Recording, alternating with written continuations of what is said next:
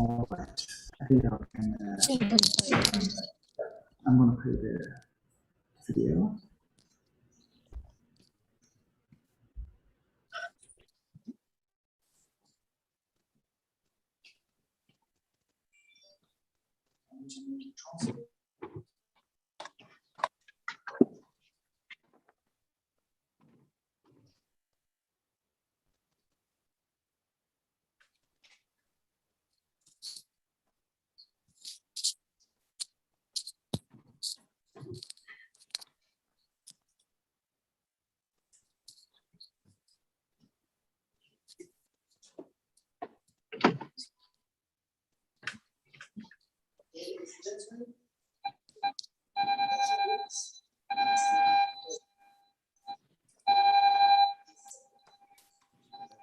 No.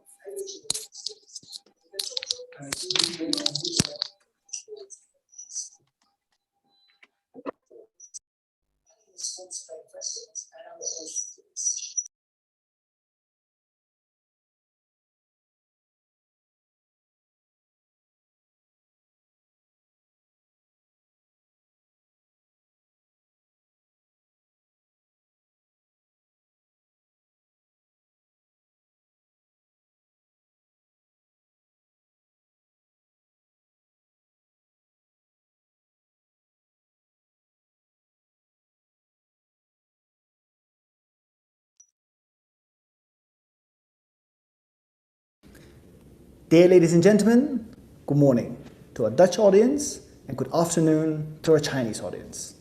Welcome to the second episode of our 2021 Hydrogen webinar series with a total of 4 webinar episodes over the course of these 4 weeks. My name is Fons Klein-Twente and I'm the host of today's session. I'm working for the Netherlands Innovation Network in China, Guangzhou. And this second episode of the 2021 Hydrogen webinar series is brought to you by the Netherlands Innovation Network in China, the Consulate General of the Kingdom of the Netherlands in Guangzhou, and TKI New Gas. With a total of 4 webinar episodes. For the audience that is not familiar with TKI New Gas, please allow me to briefly introduce them. The New Gas Innovation Team, or TKI New Gas, is a foundation installed by the Dutch government and part of the Top Sector Energy, which organizes a systematic approach to innovation on new gas-related topics since 2011. The main objective is to valorize on the strengths that the Netherlands can offer as an important gas country in Europe by supporting and promoting a broad innovation portfolio and energy system.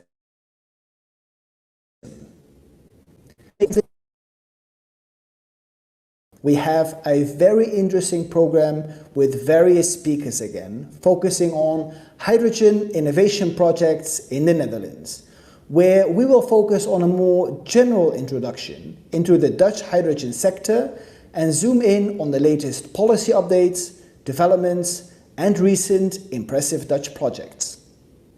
Before I introduce the expert speakers of today, please allow me to first give some background details of this webinar session. The first part will be a 1.5-hour pre-recorded presentation session with subtitles, but all the speakers and panelists are already online and joining the live session. So there's the possibility for the audience to ask questions to the experts via chat while the webinar is progressing.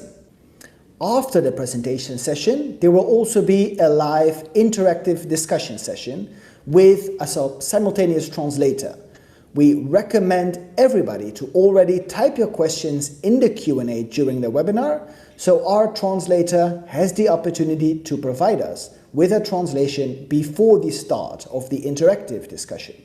If you wait with typing your questions till the end of the presentation session, chances are that we are not able to address your inquiries during the interactive discussion. Thank you. Now, please allow me to present with great honor and respect the expert speakers that we have with us today each of which plays a very important role in the Dutch hydrogen developments. Starting with Jörg Giegler, Director of TKI New Gas, who will give us an opening speech and a brief overview of hydrogen developments in the Netherlands. Followed by Han Veenstra, the Hydrogen Program Manager and Senior Policy Advisor at the Ministry of Economic Affairs and Climate Policy, who will talk about the hydrogen strategy of the Netherlands. Then we have Patrick Klubben, Team Manager Green Molecules, New Energy Coalition, who will give us a presentation on the Dutch Hydrogen Valley project in the north of the Netherlands called Heaven. Followed by Martijn Koopman, Program Manager Energy Transition, and Randolph Weterings, Program Manager Electrification and Hydrogen at the Port of Rotterdam, who give a presentation on the Port of Rotterdam Future Hydrogen Hub of Northwestern Europe.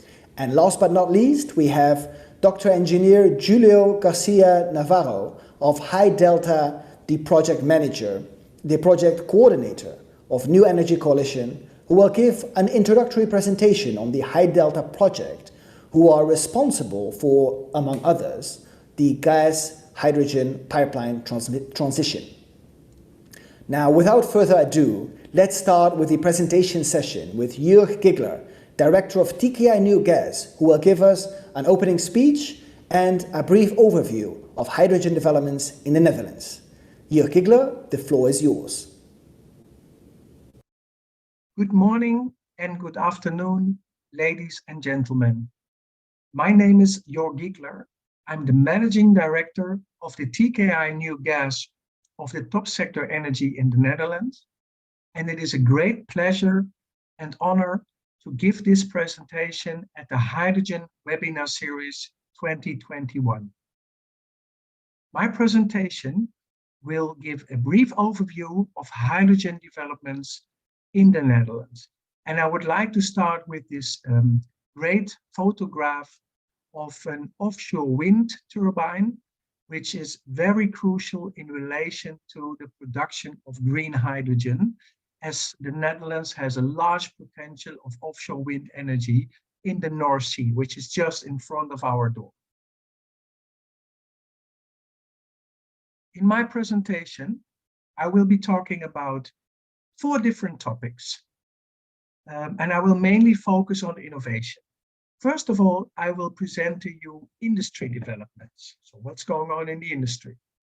After that, I will focus on the National Growth Fund, which is a Dutch program, national program, a multi-billion program, which recently awarded a hydrogen program, which I will briefly introduce to you. Then I will talk about a national project overview that we have conducted recently. And at the end, I will briefly touch on the challenges that we face when we develop hydrogen. And what I would like to point out here in this photograph is an example of a flexible plastic-based pipeline that can be used for hydrogen, which allows for fast establishment of infrastructure. So it's a very interesting development produced by a Dutch company called Pipeline. I would like to start with the industry developments, and I would like to discuss that according to the value chain of hydrogen. So I would like to start with production, and we see many hydrogen production initiatives that range in scale from the megawatt size to the gigawatt size, and they're both focused onshore and offshore. And it includes the manufacturing of electrolyzer systems. And you can imagine that on the short term, it's mainly about the megawatt scales, let's say tens of megawatts. And on the longer term, it's on the gigawatt scale. And the focus is for the short term, mainly on onshore, although we have started with the first experiments, the demonstration project offshore already. It's actually a project that is starting this year. So there we see many different developments. We also see a lot of development regarding infrastructure. GasUnie, our national natural gas TSO, will also be responsible for the transportation of hydrogen, has recently presented a national hydrogen backbone. The project is called Highway 27, which is the connection of a hydrogen infrastructure with all the different industry clusters in the Netherlands, and also connections to our neighbors, which is to the east Germany and to the south Belgium as a start. And it also includes large-scale hydrogen storage. So beside infrastructure, there are also many different initiatives as far as end use is concerned, and that is mainly focused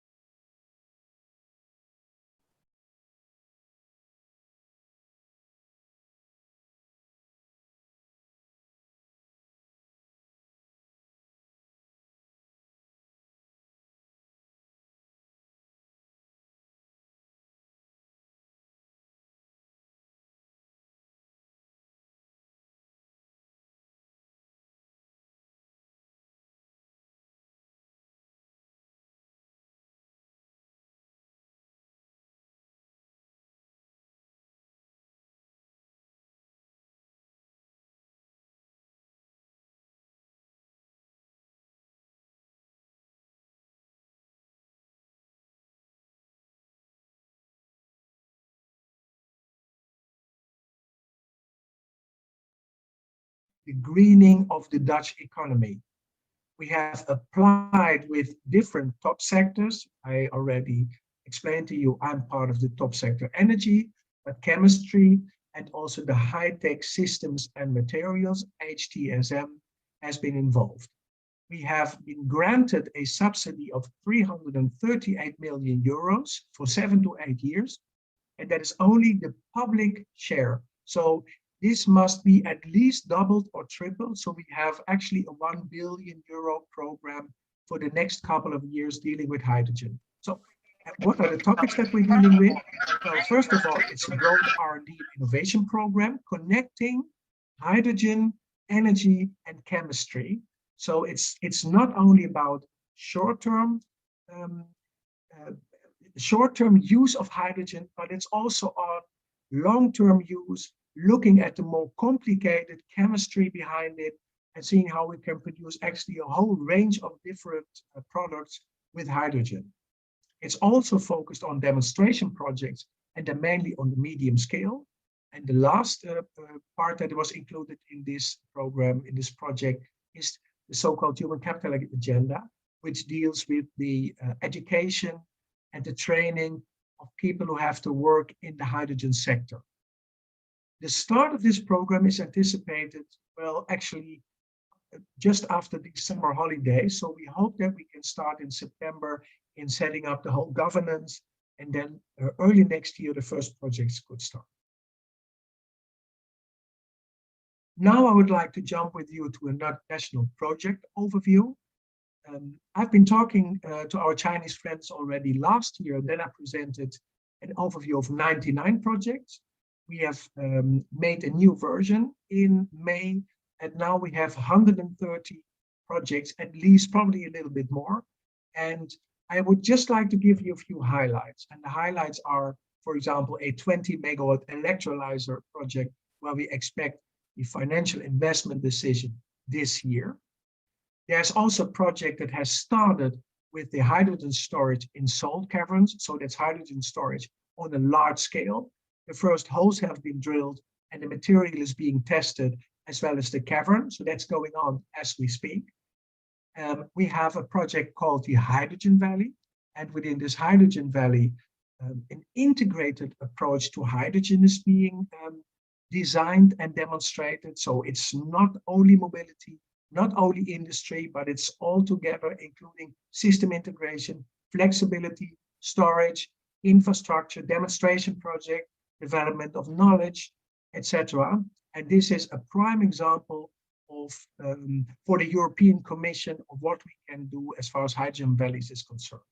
Well, of course, we also have our hydrogen buses, the long distance buses. On the other side, you can see the hydrogen trucks. That's really taking off now with the large manufacturer Hyzon, established recently in the Netherlands, where they have a production capacity planned. And we are also looking at hydrogen in homes, but that's on a much smaller scale with less projects, because hydrogen is not yet available in large quantities for the built environment. At the end of my presentation, I will give you a link where you can find the overview, it's in English, of all these 130 projects. Well, then the last issue I would like to discuss, that is the challenges that we are facing. And I think that the most important challenge is that the hydrogen system, as we want to use it in the framework of the energy transition, really needs to be developed in all dimensions. And what we have to do is we have to shift from the piles of paper that we have at the moment to real projects that demonstrate the full potential of hydrogen. Well, and the challenges to do so lie, of course, in the technology, the scale up of the technology, the manufacturing capacity to make sure that we can reach all those big numbers that we are aiming at. Cost reduction is vital, as well as many innovations to make sure that hydrogen and electrolysis, for example, becomes cheaper, becomes more robust, using cheaper materials with less maintenance, etc., etc. So there's a large challenge. The other one is more on the business and policy side, because we need to ensure that business cases can be created and that there is investment stability so that industry can actually do these long-term investments. They are the front runners in this field. There's a lot to innovate, and it means that they need a stable investment climate. So that is really of crucial importance. Well, beside the more technical issues, it's also trade has to be made possible. The safety has to be guaranteed. Certification is necessary. The workforce has to be there, etc., etc. And I think the last one I would like to mention is we see that hydrogen, at least in the Netherlands at the moment, is very much supply driven. It's mainly about production and supplying it, but the demand also has to be created. And what we need in the end is a stable demand from industry, from mobility, from power production, from the built environment, where they can pay sort of competitive prices. And this is just a selection of challenges that I would like to mention. And there are many other issues, but due to time, I have to stick to this. So I'm coming to the end of my presentation. I would like to thank you very much for your attention. Here are my contact details. If you have any questions, don't hesitate to contact me. And there's a list of downloads that I discussed in my presentation. So please have a look on our website. You can download it there. This is all in English. And I hope that this information is of good use to you. So thank you very much again. And I hope to see you in real life in the near future. Thank you. Thank you very much for your opening words and interesting presentation. We are now transferring to Han Veenstra, Hydrogen Program Manager and Senior Policy Advisor at the Ministry of Economic Affairs and Climate Policy, who will talk about the hydrogen strategy of the Netherlands.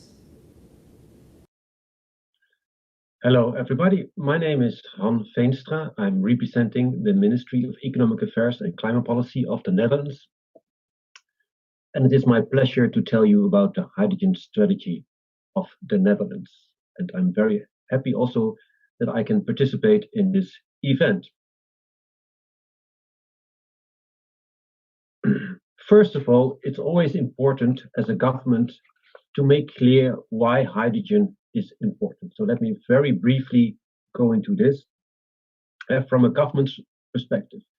As we are responsible to make sure that the energy transition will succeed, we are striving for an energy system which is based on 100% renewable energy. And this makes clear that we need an energy carrier that can transport and store large volumes of renewable energy. So that means hydrogen. It also means that we need, for many applications in the industry and transport and built environment and the energy sector, we need molecules to replace fossil fuels and feedstock. This also means hydrogen.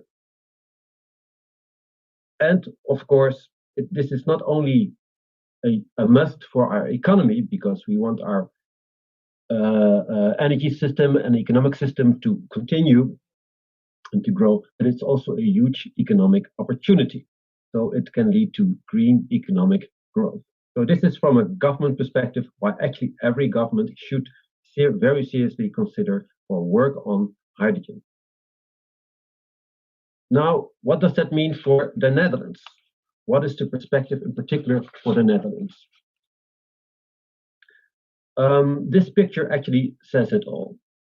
Due to our location and to our geographic conditions, we have some very strong drivers why we should focus on hydrogen in the Netherlands. Let me start with the first picture on the left. It shows the map of the Netherlands, and you can see we are located just along the North Sea, and actually a substantial part of the North Sea is part of the Netherlands.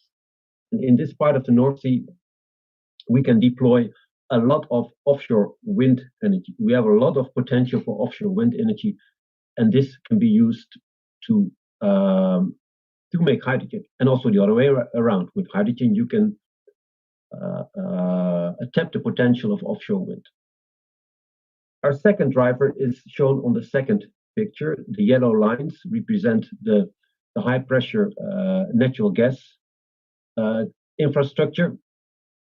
As we are reducing our own production of gas and reducing the usage of natural gas, part of this infrastructure will become available to transport hydrogen.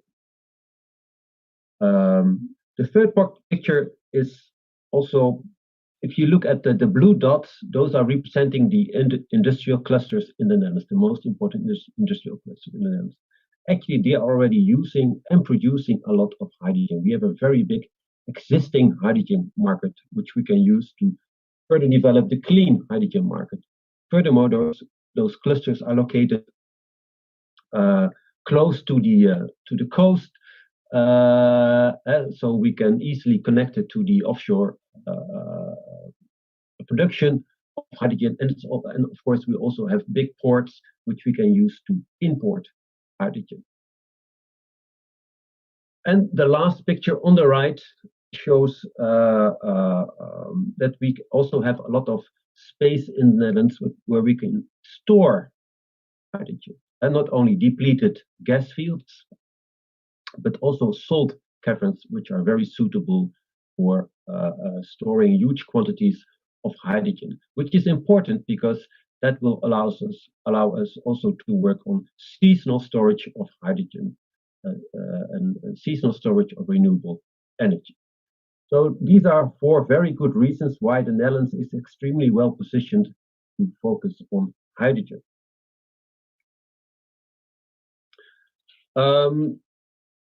So as a government, we have good reasons. As the Netherlands, we have good reasons. And this was also very much understood by companies and knowledge institutions in the Netherlands. We have, during the past couple of years, we have seen many projects focusing on hydrogen innovation, hydrogen production. So for the government, this was an important signal that we should work on a national hydrogen strategy. And so we did. Last year, in March 2020, we published our national hydrogen strategy. And actually, the essence of our national hydrogen strategy is that as a government, we take our responsibility.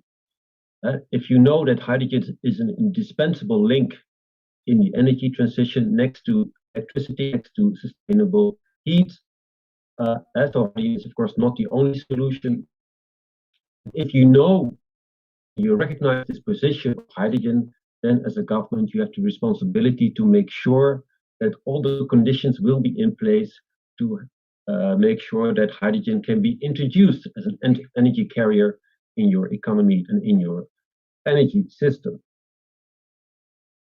So that means as a government, we need to make sure that the legislation will be there, that the regulation will be there. Of course, we all very much understand that clean hydrogen at the moment is still very expensive and there is hardly any production. So we need to focus on cost reduction. We need to focus on scaling up. Of course, the Netherlands can never do this on our own. So we need the development of an international market. So our strategy should be both national and international. And so this was all part of our national hydrogen strategy. Together with many stakeholders, we also choose a very strong ambition to have 3 to 4 gigawatt production capacity in 2030. And well, to make this happen, we drafted a policy agenda, which is shown in the next slide. This slide actually is a summary of the Dutch approach to hydrogen. We have 4 pillars, and actually from a government perspective, the most important one is the one on the top left here, named legislation and regulation. And this is quite a challenge, because normally as a government you only start to make legislation or regulation when there is a market. But of course, as you all very much aware of, there's hardly any market yet for clean hydrogen. And at the same time, there is already a very big market for industrial hydrogen, and mainly used out of in the Netherlands out of natural gas. So while we are preparing for a market for clean hydrogen, we also have to take into account there is already an existing market for industrial hydrogen which is not regulated and which is actually functioning perfectly. So that's quite a challenge to work on this. But why is this so important?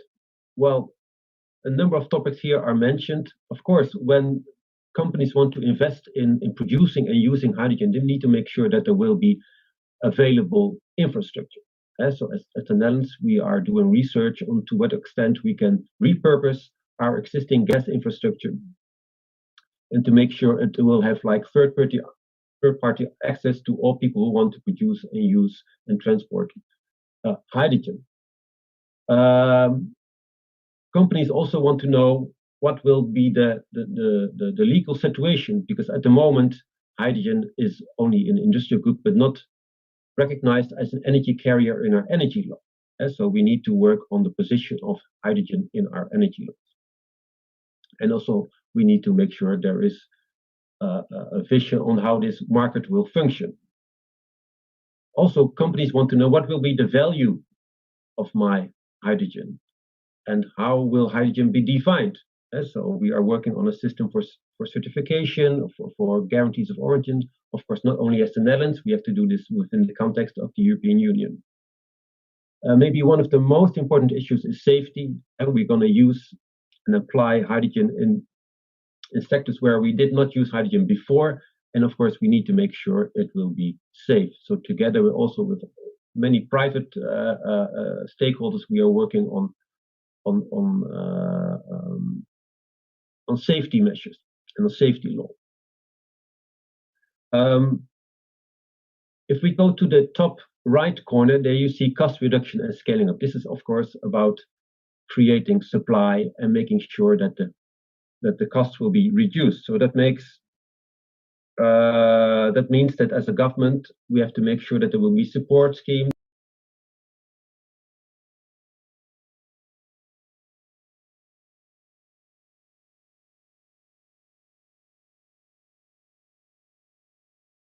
and getting the cost down of production.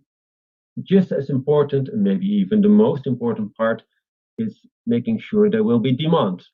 Then we go to the bottom left corner, greening economy and energy system. That's about the applications in the sectors. In the Netherlands, we see a role for hydrogen actually in all sectors. Of course, the biggest volumes will be needed in industry, in heavy transport, but there will also be a role for hydrogen in the built environment and electricity sector. So in each sector, we have different measures making sure there will be demand for clean hydrogen. For example, zero emission policies in cities. And then on the right bottom corner, there's supporting and flanking policy. How do we implement all these policies? I think the most important ones are innovation and international strategy. The Netherlands is investing a lot in hydrogen innovation. For example, this year, our government opened up a fund of 73 million euro for hydrogen innovation. And as I said before, our national strategy is also an international strategy. For us, for the Netherlands, it's really key that there will be an international market. So together with the European Union, together with our neighboring countries like Germany, but also in multilateral fora like the International Energy Agency, we are working on policies that will support the creation of an international hydrogen market. And of course, that's also why we think it's really important also to work together with stakeholders from China.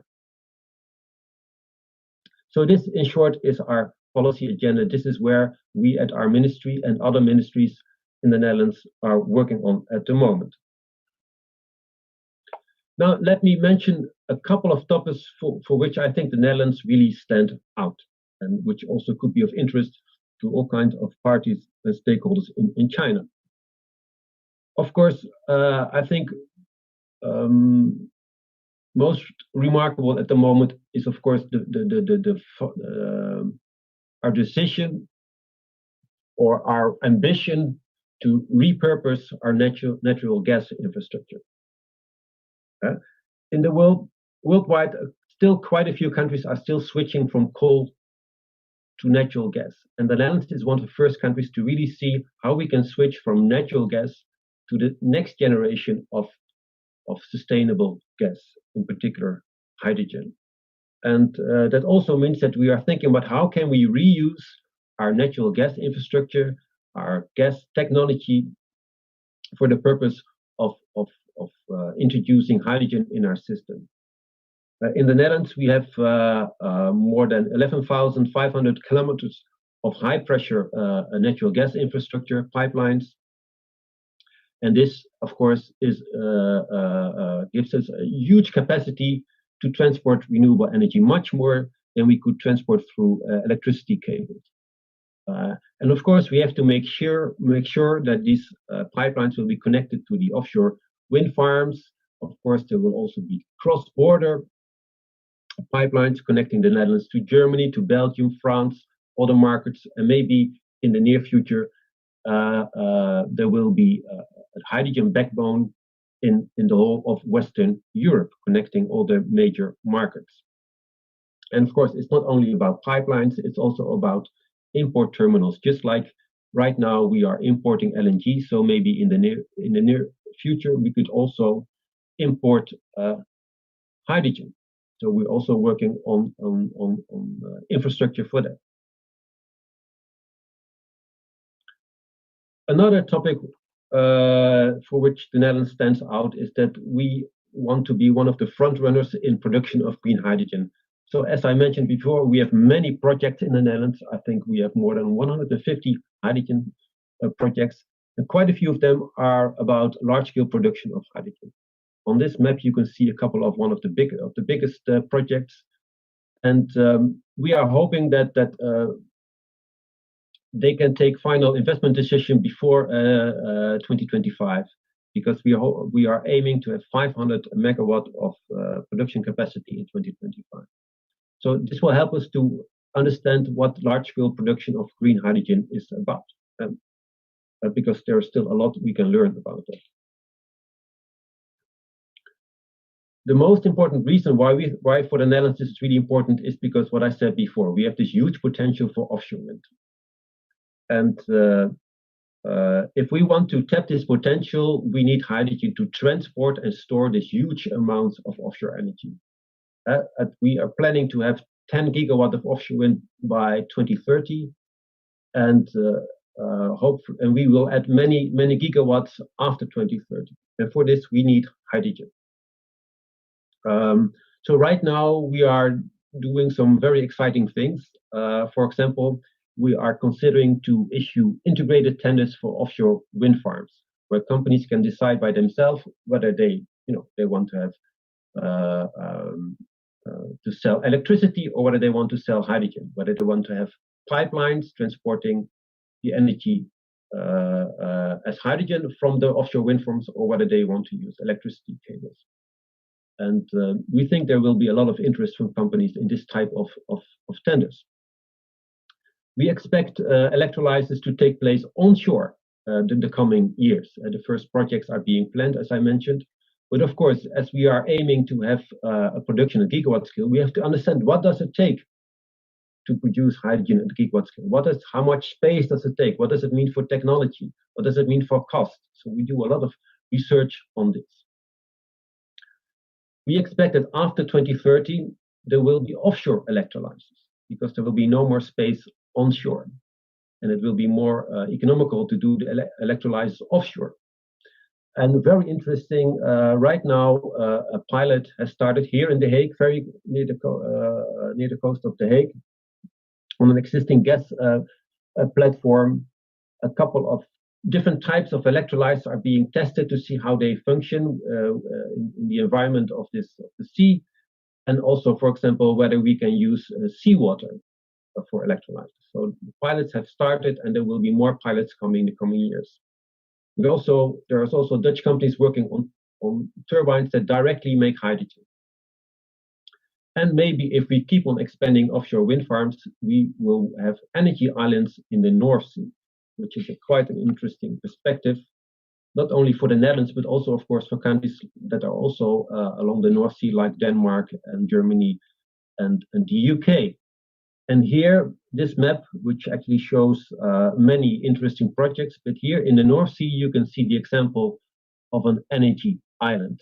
This island will be connected to many wind farms. So there will be electricity cables, but there also will be pipelines, because at the island, there will be hydrogen produced, there will be port facilities. So this is a very interesting vision, and maybe this will take place after the 2030, when there will be more offshore wind energy.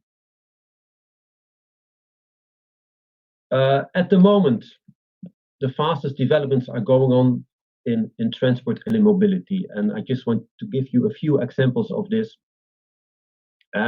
The picture of the inland shipping, there will be this year a decision has been taken to build 4 inland for ships that are used for inland shipping that will be sailing on hydrogen. The next picture from the truck, it shows the truck of Hyzon, a company from Singapore that decided this year to build a truck factory producing hydrogen trucks in the northern part of the Netherlands. Then you see a picture of a garbage truck. We have right now quite a few garbage trucks, but also, of course, many buses running on hydrogen in the Netherlands. Then you see a picture of a tractor, which is quite interesting. As you know, the Netherlands is very well known for its agriculture technology. And right now, companies are working on tractors that are using hydrogen to replace diesel.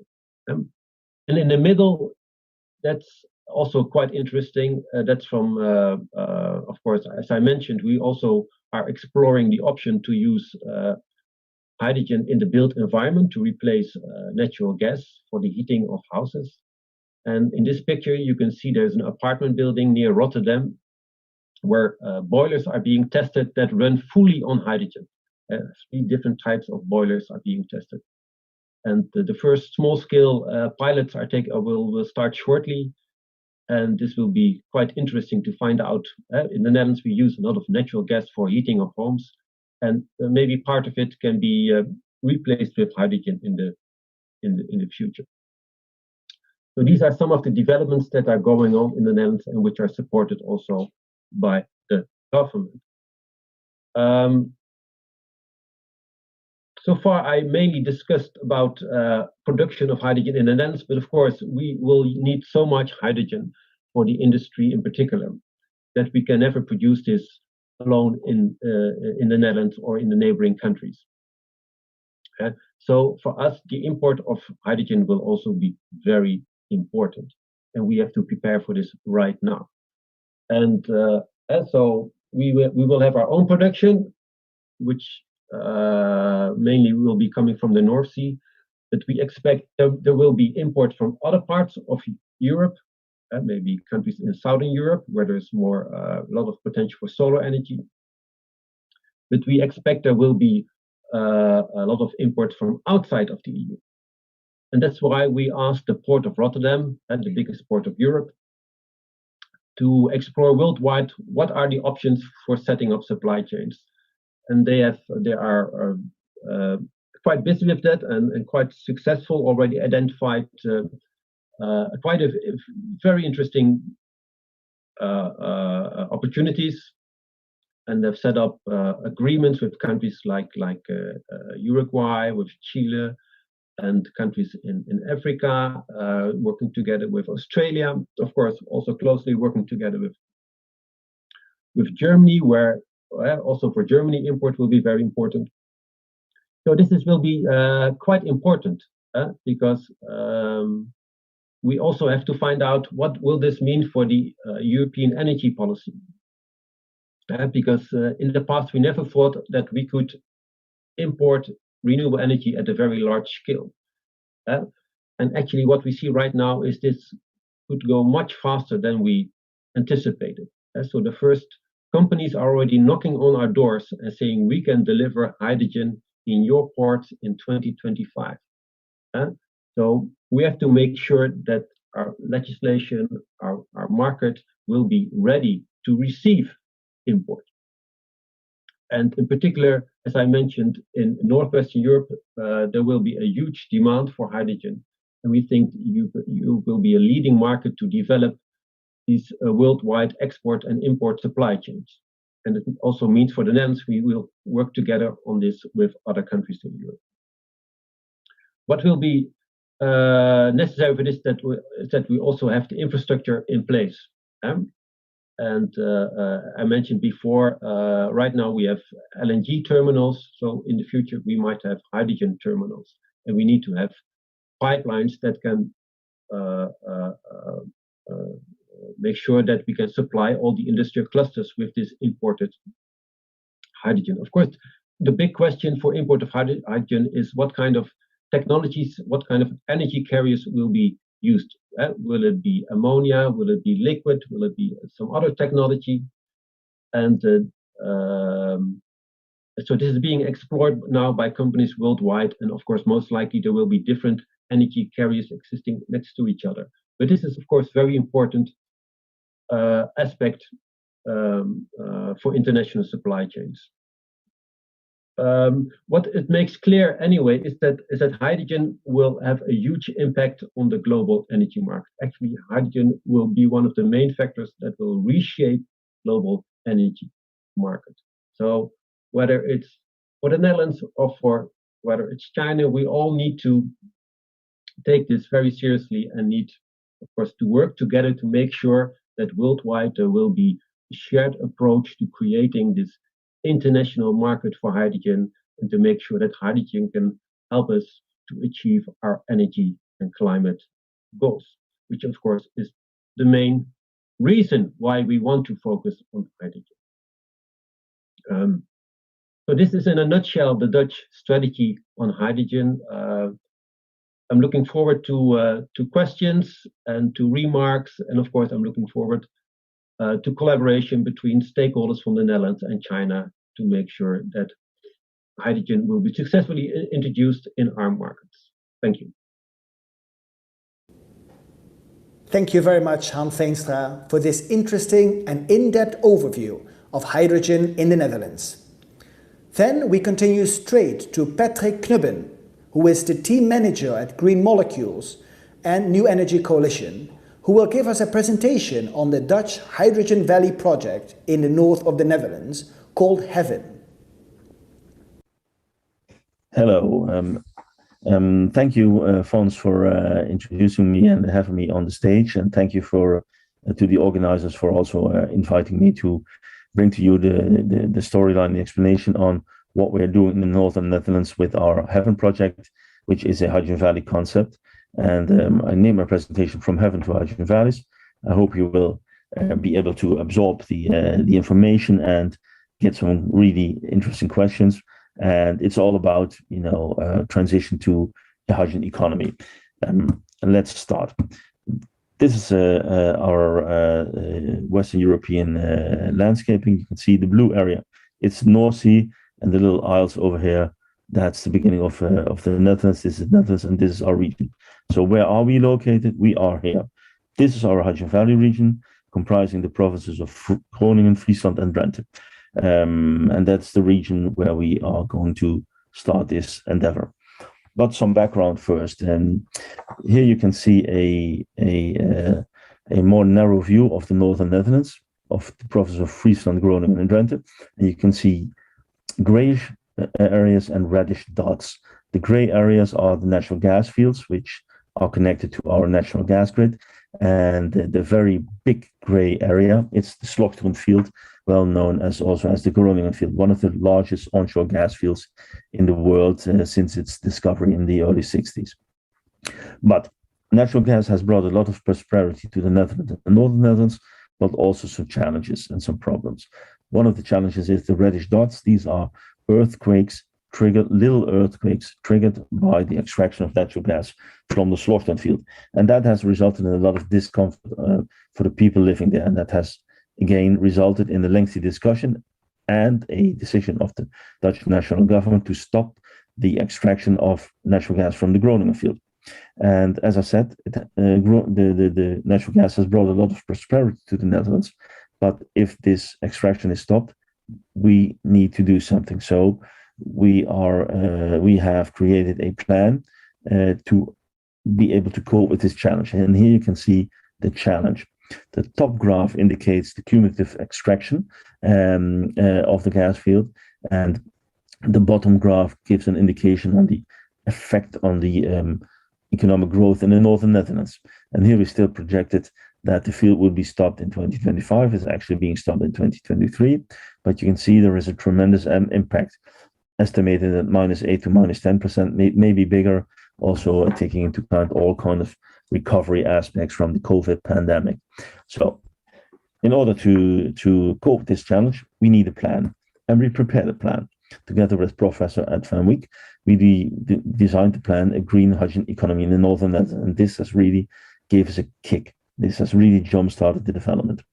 Our region, as I explained, has vast experience with natural gas extraction.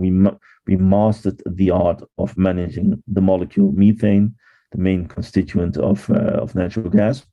And we think that because we mastered that, the step to hydrogen is not rocket science. It's complicated, but can be done. And we think that based on the principle that a region needs a business, hydrogen fits the region as a glove. In this view, you can see a part of the northern Netherlands. These are the provinces of Friesland, Groningen, and Drenthe. This is the North Sea, and the North Sea also has very large gas fields, from which the natural gas is brought onshore. But there is also a potential to develop lots of offshore wind parks, and this electricity comes onshore. But electricity needs to be redistributed into the backlying country. And we see that the development of the offshore parks is having a larger speed, a greater speed than we can permit and construct power lines. So this poses a challenge. And the challenge is bring the electricity onshore, and then bring the electricity to the backlying country. And because of this challenge, that the power lines cannot be, let's say, fully fitted to this challenge, hydrogen offers a big and a very interesting solution, because you can tin the electricity in the form of hydrogen. So you make it tangible from an electron into a hydrogen molecule through electrolyzers, through water electrolyzers, to be more specific. And we think that our region has all the elements to do that. We have very big and very good and well-functioning infrastructure, harbors, we have energy infrastructure, the power lines, which are let's say, becoming, let's say, the limiting factor, but also the natural gas infrastructure, because it's there. And if you can transport methane, you can also transport hydrogen with some limited adaptations. And we have a very good transport infrastructure in the region, connecting us to the south, Belgium, France, and to the east to Germany, etc., etc. The sectors in the region are also very capable on handling hydrogen because they use a lot of hydrogen already. The region is based on, let's say, the availability of the industry in the region is based on the availability of natural gas, which in some instances is converted to hydrogen to be used as a chemical feedstock. So the sectors involved are industry, mobility, the built environment. I think more than 99% of the homes in the Netherlands are connected to the gas grid.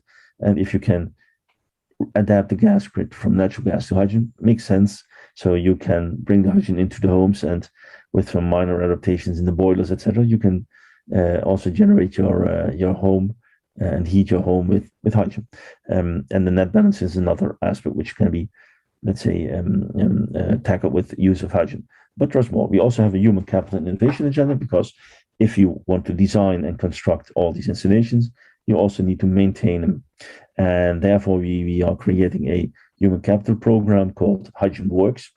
We can translate it in Dutch. It's called Waterstofwerk, and that involves blue collar to white collar workers. So craftsmen being able to build and maintain a windmill, build and maintain an electrolysis, build and maintain the new gas connections, trailers, and the applications in the built environment industry and the mobility sector.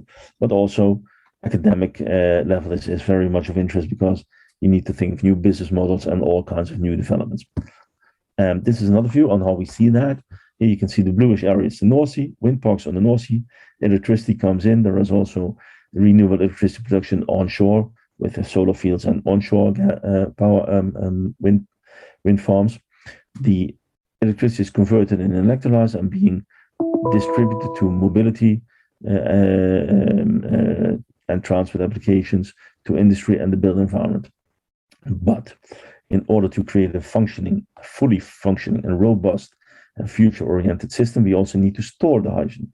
Storage is more or less the holy grail of renewable energy, and we can do that in very fast to be developed salt caverns, which will store green hydrogens to make the system functional. And this principle is being done in the whole region, sometimes bigger, sometimes smaller, but this is just to give you an indication. That has also resulted in the industry and the region developing a hydrogen investment plan called the Hydrogen Investment Plan 1.0. And here you can see the two provinces of Groningen and Drenthe. This investment plan is, I think, 3 years old now, and it's a €3 billion investment plan in which industry and some other sectors like mobility have defined that they want to go to green hydrogen. And that's good, because it's an industry-driven thing. That has led to the situation that we were convinced and are convinced to become a fully integrated hydrogen economy. And this is a picture giving the pathway. So we are more or less here. We are actually somewhat more to the right, but it's still in its growth section. And we want to go here. We want to go to a deep integration of green hydrogen in economy. Actually, wherever you can use it, we will use it, and we will try to use it.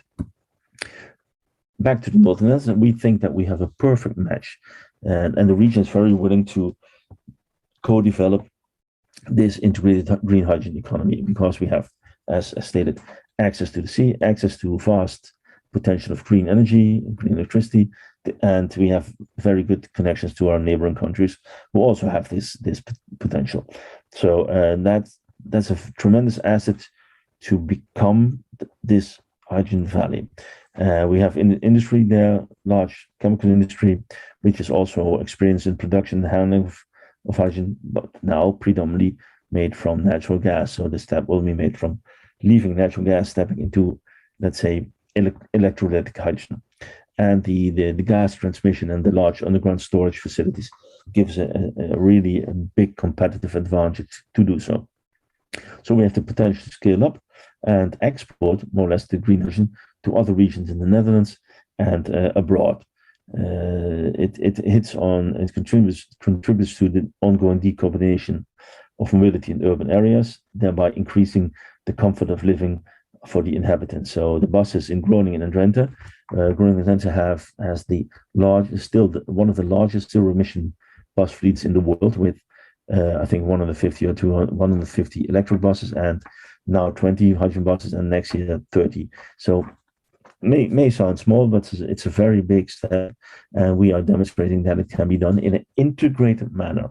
So all the projects are more or less integrated and connected to each other. And based on that, we are backed up by a strong knowledge and innovation-led facilities. And we can rely on political support from the provinces and from the state. And based on the principle that a region needs a business, we decided to make the step to a hydrogen valley. That has been rewarded by the European Union and the fuel cell and hydrogen undertaking. Our Heaven project, which stands for Hydrogen Energy Applications in Valley Environments in the Northern Netherlands, is a 6-year project with a magnitude of about 90 to 100 million euros, from which we receive 20 million euros from the European Union, and that is being matched with 20 million euros by state and region and other parties as well. And the consortium is constituted of 30 parties from 7 countries, involving big companies, mid-sized, small ones, associations, knowledge institutions, university, Hansa University of Applied Sciences, all kinds of advisories and regional development institutions. We have support of over 60 parties from 12 countries globally, we can say, so varying from European countries to New Zealand, California, etc., etc. So we're very proud of that, and we can rely on a big political support. Now back to Heaven. As you can see, Heaven is a integrated project, and this is a view, an animated view of the region, the 3 provinces again, Friesland, Groningen, and Drenthe. There is a little animation on that. It will be provided to you with the slides from the organization, and this is actually our welcome to the first hydrogen valley of Europe. Again, this cannot be done alone. This is not a single party thing. We are very much relying and very proud and very rewarding that the European Union and the fuel cell and hydrogen undertaking identified our project as being the first real integrated hydrogen valley in Europe. It has all the elements there, and it is also more or less a blueprint for other hydrogen valleys in Europe, and we hope they are beyond, and possibly also China. So feel free to reach out to us via the organizers through Fons and his colleagues. This is a frightening picture in general, because it's the project and it's more or less a scheme, but have a look at it. This is the North Sea bringing the electricity in. This is the power cables bringing the power into, let's say, the country, and the power cables are tapped onto in 4 clusters. The cluster Eemshaven Delfzijl, where will be big electrolyzers being built on near shore or onshore, and there is a chemical industry which can absorb the hydrogen. There is a cluster in Veendam where the storage is connected to the built environment. There is a cluster in Emmen and surroundings, where a former sour gas cleaning installation has been decommissioned and has been rebuilt to become a green energy hub with a very big electrolyzer and green gas production, making this green step and bringing this green energy to society. And there actually is a connection to to industry there, and connected to fueling stations. And there was a very big mobility program in the region, which we more or less boxed in this cluster, because the mobility is everywhere. As stated, we will have 30 hydrogen buses. We will have, I think, more than 100 passenger vehicles in the project, and several heavy duty trucks and special trucks like garbage trucks, etc. So this is more or less the view of the project. And as I stated, 30 parties in it from 6 European countries, with a lot of observers from abroad. And we want to reach out, because we don't want to keep this knowledge to ourselves. If you cannot share, you cannot multiply. Very simple algorithm. And again, a big gratitude to the European Union, and especially the fuel cell hydrogen undertaking, because without them we could not do this, and in no way possible to do that without them. This is a view of the partners. As you can see, big ones, small ones. a variety of parties, and we are the coordinator. So we put ourselves in the middle of this little ecosystem, this little universe. This is another view, going and making a step from region to the national level. This is the Netherlands. You can see the yellowish lines, which is actually utilized natural gas pipelines, refurbished natural gas pipelines, which will transport hydrogen. This is called, the project is called Highway 27. And this is our region, this is Hydrogen Valley. And as you can see, we are very much connected to this development. So we hope that we can bring our experience to the table and make green hydrogen grow. And the next step, because as I explained this investment plan in the region of 3 years ago, there is a new investment plan. It's called Hydrogen Investment Plan 2.0. We'll provide it to you by the organization. It's our blueprint to become a big hydrogen valley for Europe. And here again, you can see the Netherlands with the connections and the yellowish dot, which is our hydrogen valley. So we are making progress. I'm making another scale jump to the European Hydrogen Valleys platform. In Europe, there is Europe is divided in many regions, and the regions are, let's say, more or less connected to Hydrogen Valley. And yellowish regions are connected to us, to this development, and the other regions are getting into that as well. So the European Hydrogen Valleys platform offers a lot of opportunity to bring parties together. And now make a scale jump from Europe to the global level. The fuel cell hydrogen undertaking, together with Mission Innovation, have identified more than 40 hydrogen valleys all over the world, especially also in China and in other parts of the world. And as you can see, we are here. This is our project. This is the Green Highland and the Big Hit projects. So we're very much looking forward to reaching out and getting connected. What is Hydrogen Valley? More or less indicating we have 3 archetypes identified. Very nice publication of the fuel cell hydrogen joint undertaking being made in the European Union. And it involves the archetype 1, small hydrogen valley, archetype 2, a mid-sized, and archetype 3, a very large hydrogen valley. And we are somewhere stuck in the middle between 2 and 3. And what is Hydrogen Valley? Hydrogen Valley is a region which is demarcated. It's not too big, so you can drive through it, and all the elements of the green hydrogen value chain are there or under construction. So we want to reach out and create more of the same. We want to connect hydrogen valleys. We are in the process of developing a cross-border hydrogen valley between the northern Netherlands, Denmark, and northern Germany, and thereby also working to making green hydrogens a commodity, being sold and developed everywhere. And this will bring us to a green and prosperous hydrogen future. And there's more. As you can see, this is a view of Europe. And Europe is consisting of regions and countries, and the yellowish dots are hydrogen valleys under construction in the making. So our hydrogen valley is working together with the Big Hit one in Scotland and Green Highland in Mallorca already, but there are many more. So we try to connect the dots. And the reddish, the blue, and the purple line are indications of main transport corridors, road transport corridors. So if you want to connect one valley to the other, you need road connections, and you need hydrogen fueling stations and infrastructure along these roads, because otherwise you cannot bring the goods in a zero emission way from, let's say, one harbor to another. And this is as far as it goes, Frans. So back to you, and I hope you enjoyed, let's say, the presentation. That wasn't too noisy, I hope. Thank you very much. Thank you very much, Patrick Klubben, for your interesting insights. Before we continue to start with our next speaker, I would like to kindly remind the audience to already type your questions in the Q&A, so our translator has the opportunity to provide us with a translation before the start of the interactive discussion session. Now, thanks again, Mr. Patrick Klubben. And then let's move on to the next speaker, which is Martijn Koopman, who is the Program Manager Energy Transition, as well as Randolph Weterings, who is the Program Manager Electrification, both working for the Port of Rotterdam. And they will give a presentation on the future hydrogen hub of Northern Western Europe, Port of Rotterdam. Good afternoon, ladies and gentlemen, and for some of you, good morning. My name is Randolph Weterings. I'm the Program Manager Electrification and Hydrogen within the Port of Rotterdam. And together with my colleague, Martijn Koopman, we're presenting here the Port of Rotterdam today with you based on hydrogen.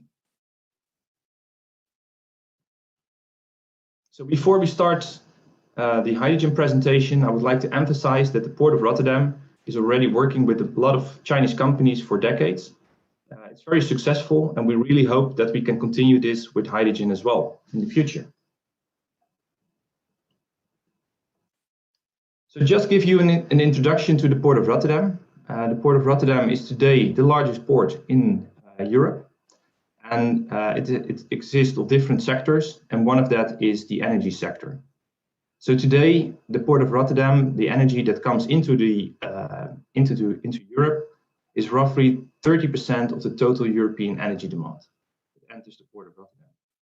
And just 10% is used in the energy-intensive industry in the Port of Rotterdam, and that emits 20% of the total Dutch CO2 emissions. So if we zoom into that part a little bit further, we also see that we have already a hydrogen economy in the Port of Rotterdam. So roughly 500,000 tons of hydrogen is produced and consumed in this area each year. And it also consists of two different pipelines. So one from Air Liquide and one from Air Products. And the one from Air Liquide is even connecting the Port of Rotterdam with Belgium and France. So hydrogen is not new for this area. What we think and what we believe will change in the future is the way of producing hydrogen, and also the way the applications for hydrogen to use hydrogen.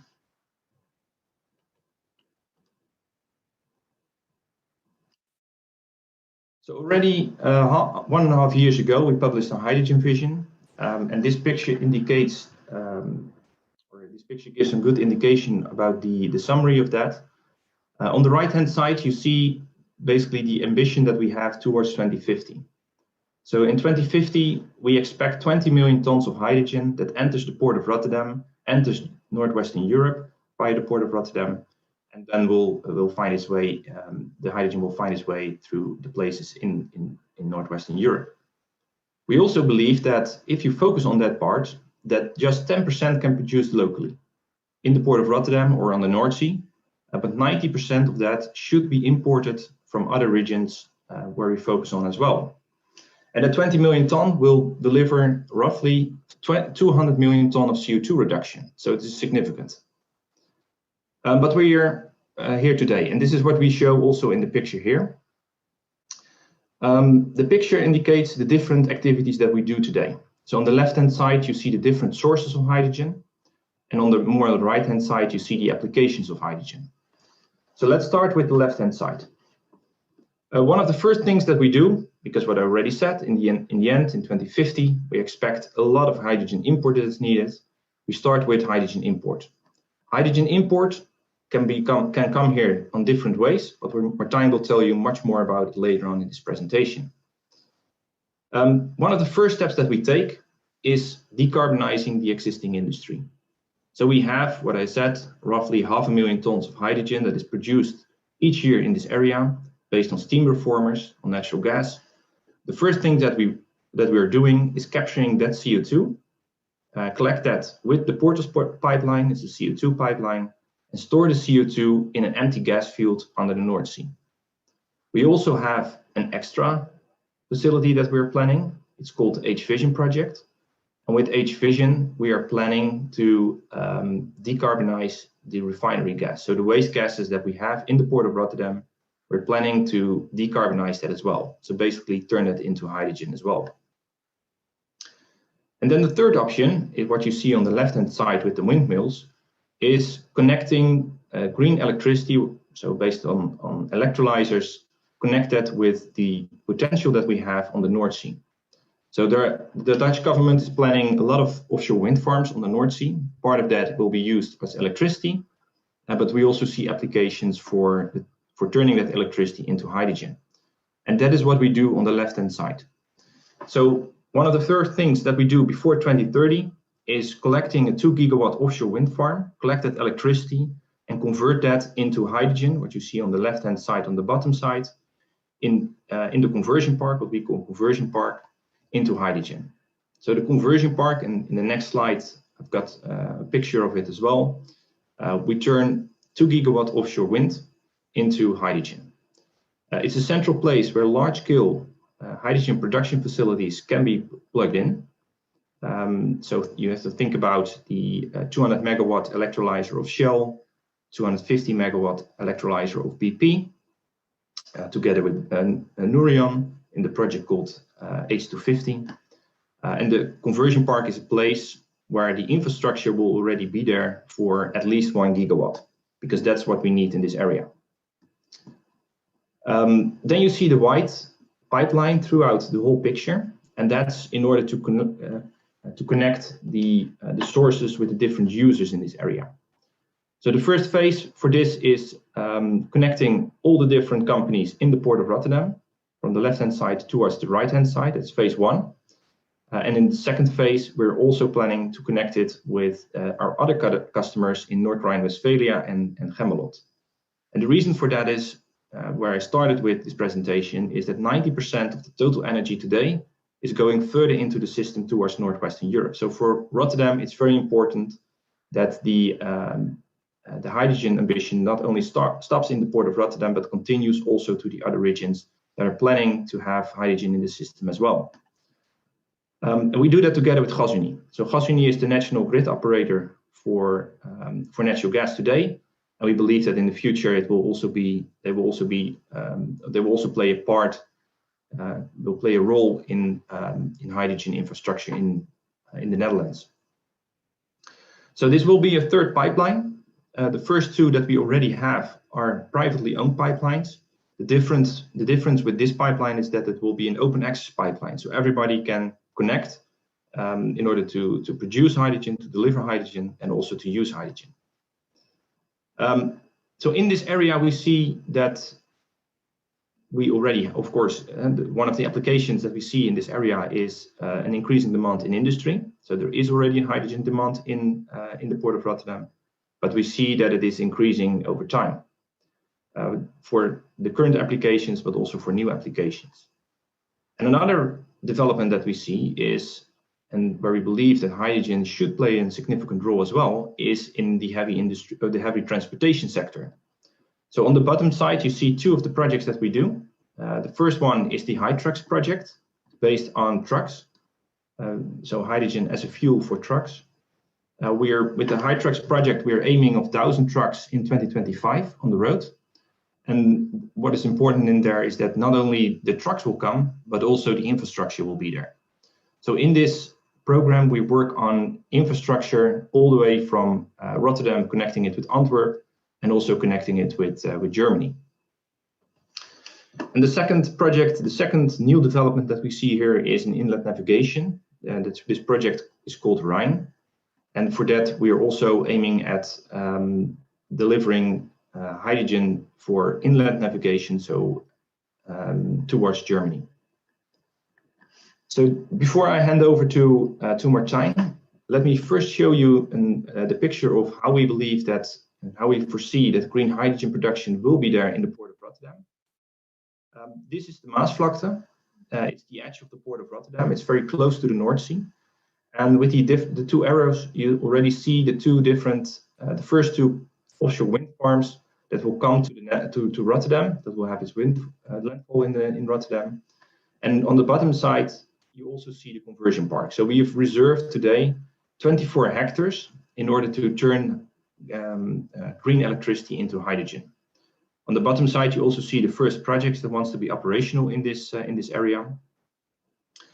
And from there, we can connect it to the different, we can deliver basically the green hydrogen to the different customers in the port of Rotterdam. So now I would like to hand over to Martijn.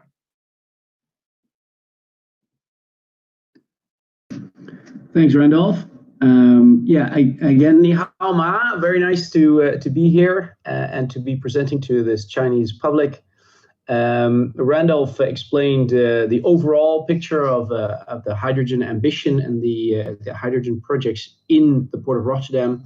But you might also have picked up on the graph that he showed that about 80 to 90% of the hydrogen that we're going to need is actually going to be coming from overseas, because this map, this global map here shows The dark red areas are the areas in the world where there are very good wind and solar conditions that allow for cost-effective green hydrogen production. And the blue areas are the areas where actually the wind and the solar conditions are not so good, and hence there will be a short of hydrogen, of green hydrogen, and it will be clearly the future flows we anticipate will be from the dark red areas towards the blue areas. And as you see there are multiple locations around the world where green hydrogen can be produced: South America, all over Africa, Australia. And the three largest demand centers clearly are Western California, Northwest Europe, and of course North Asia, where China, you see of course also a large part dark red, but also there will be a large demand.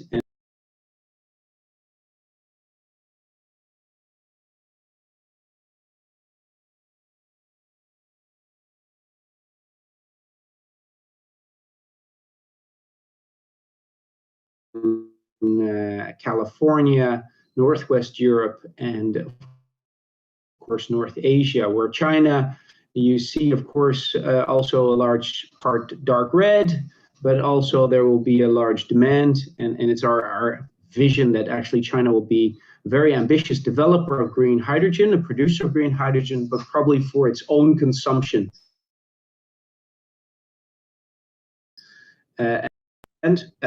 The international flow of hydrogen will be extremely important, and we see ourselves as a hub. Next slide, Randolph, as a hub for green hydrogen for the rest of Northwest Europe. So why are we so focused on this international, trying to understand the flows? We're actually setting up partnerships with a number of these high potential exporting countries and trying to help them develop their hydrogen production facilities and get their hydrogen export facilities.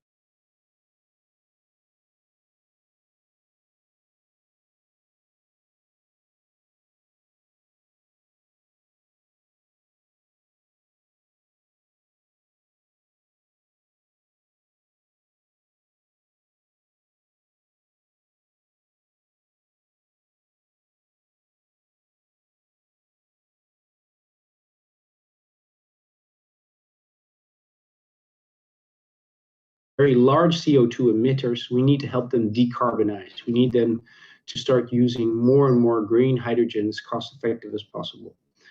And in order to, Dear ladies and be able gentlemen, to receive all that green to our Dutch hydrogen from audience, all those various countries, we need to convert our existing terminals, which are of course fossil fuel energy related terminals.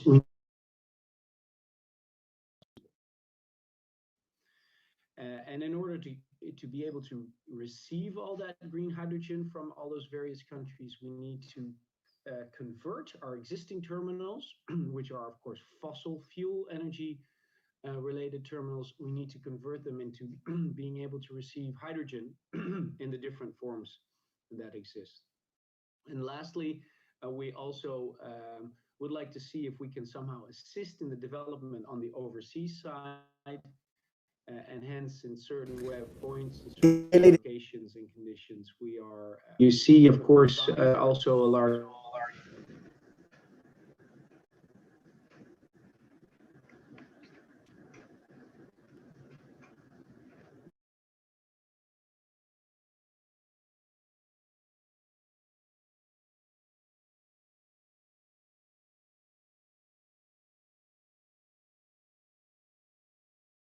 As a hub, next slide, Randolph, as a hub for green hydrogen for the rest of Northwest Europe.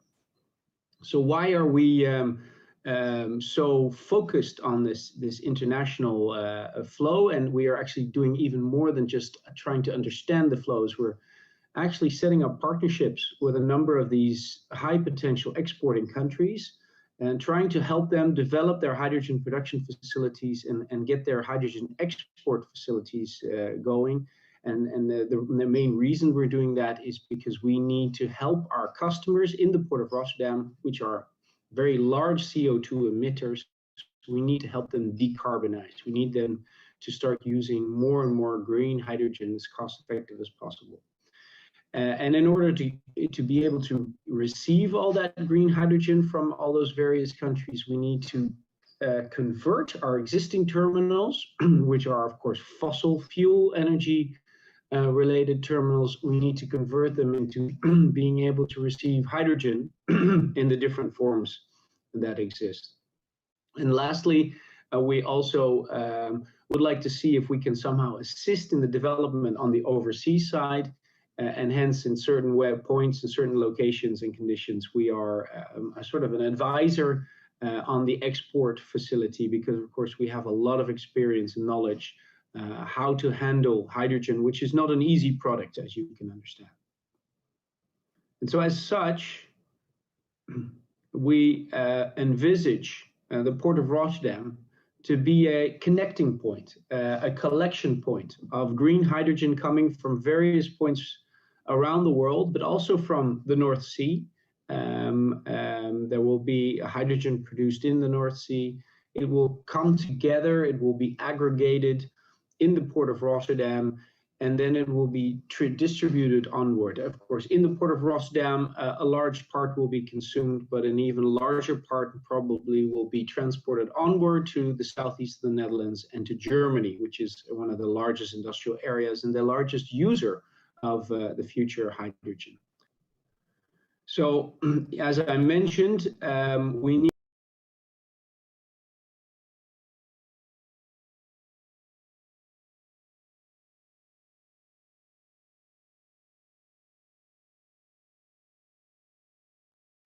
different forms. It could be in a methanol form, it could be in an ammonia form, it could be in a liquid organic hydrogen carrier form, an LOHC, or it could be liquefied to liquid hydrogen. And there are other technologies being developed as we speak.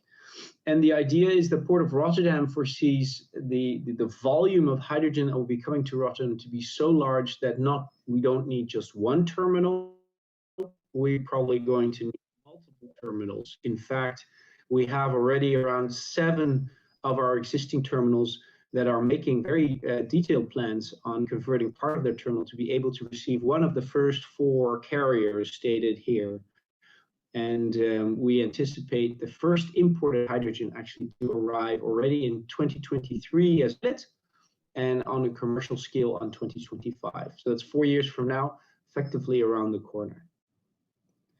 And then, of course, really important is the port is only a collection point, a transfer point, a small shackle in the total supply chain. And hence, we are also very actively and proactively working with our partners to develop the onward transport of hydrogen, ammonia for the LOHCs, but we're also very actively supporting the development of a RH2 Rhine, which is a river transport by hydrogen.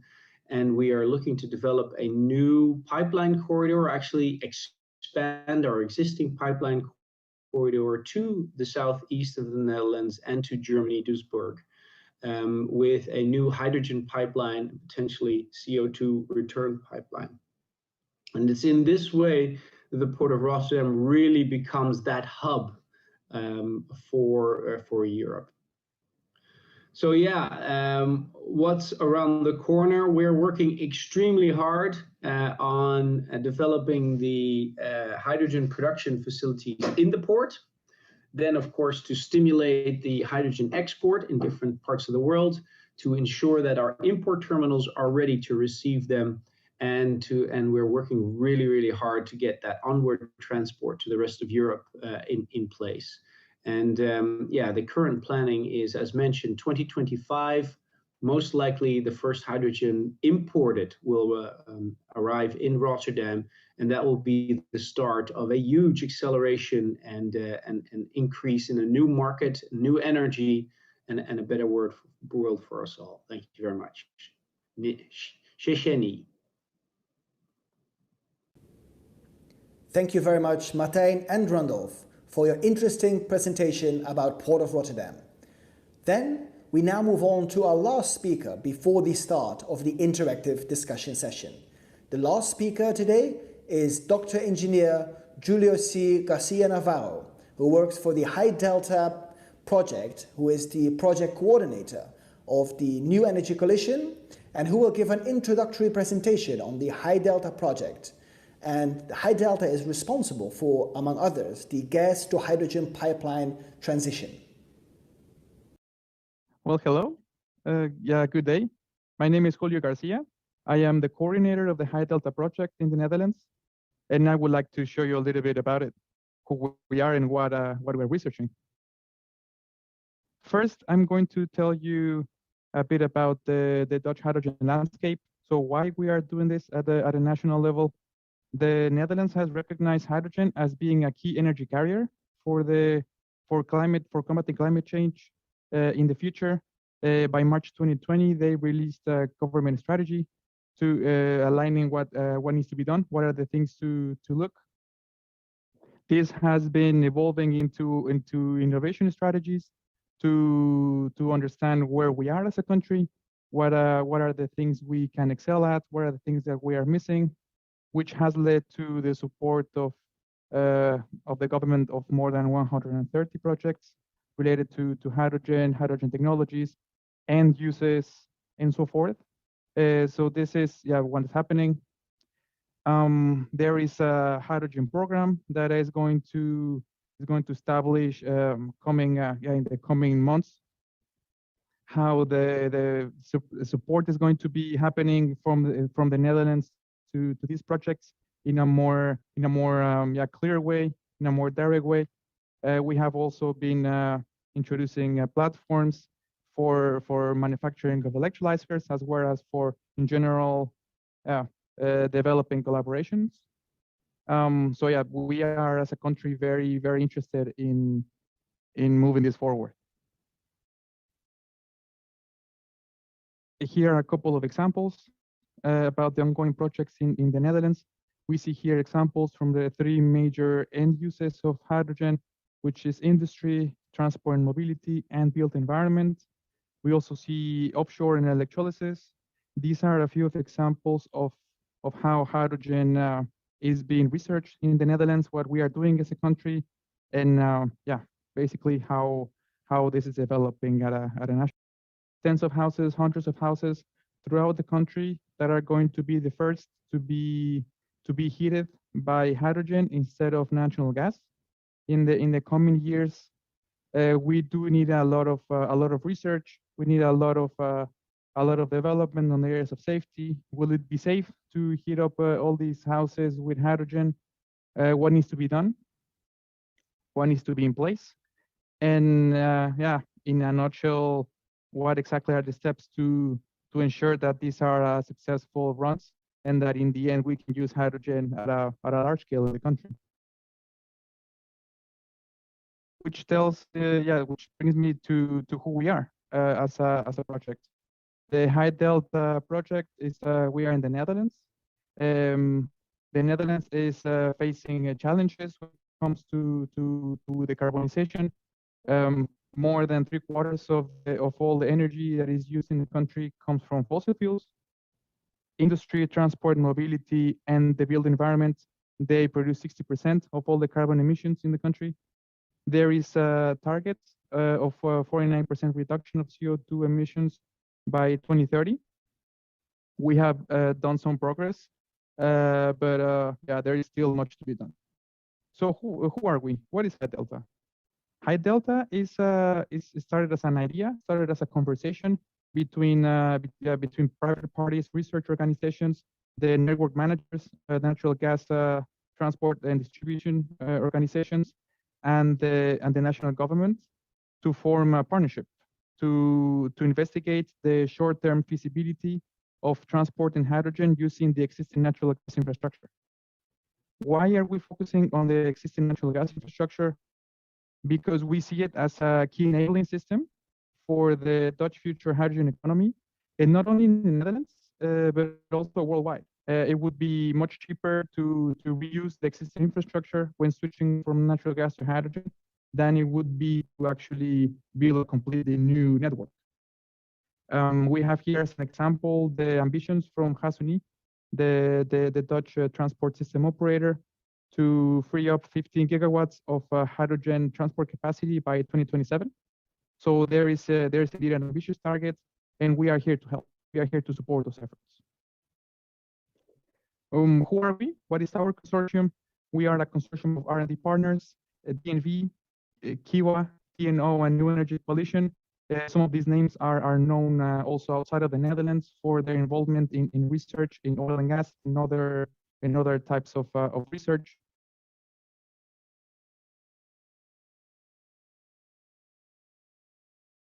Complete hydrogen transport and distribution system of natural gas, and they are very, very invested in this project. We have 4 main topics which we do work on in this project. We have hydrogen safety research questions, hydrogen in the gas grid research questions, and value chain hydrogen admix. I'm going to show you in the next slide a bit more details about how these work packages look like. What are the research questions that we're investigating? So yeah, here I go. The research questions are the most important. Here we can see a nice infographic about how in gray. We are asking ourselves hydrogen authorization. What would be the most optimal hydrogen odorant? We are also looking at the standards. What is there at a national as well as an international level? On the safety side, on the normativity side, we are also looking at how can we quantify the risk of transporting and consuming hydrogen in homes.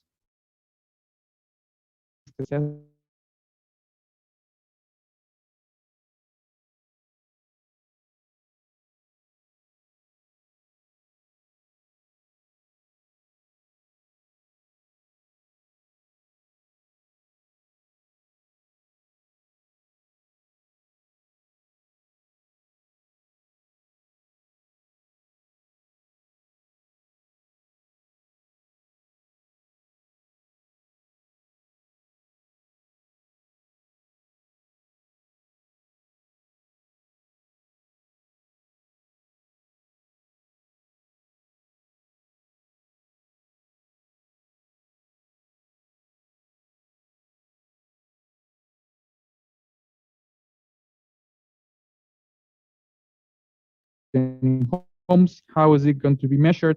Can we use the same natural gas flow meters? Do we need new ones? What about safety equipment?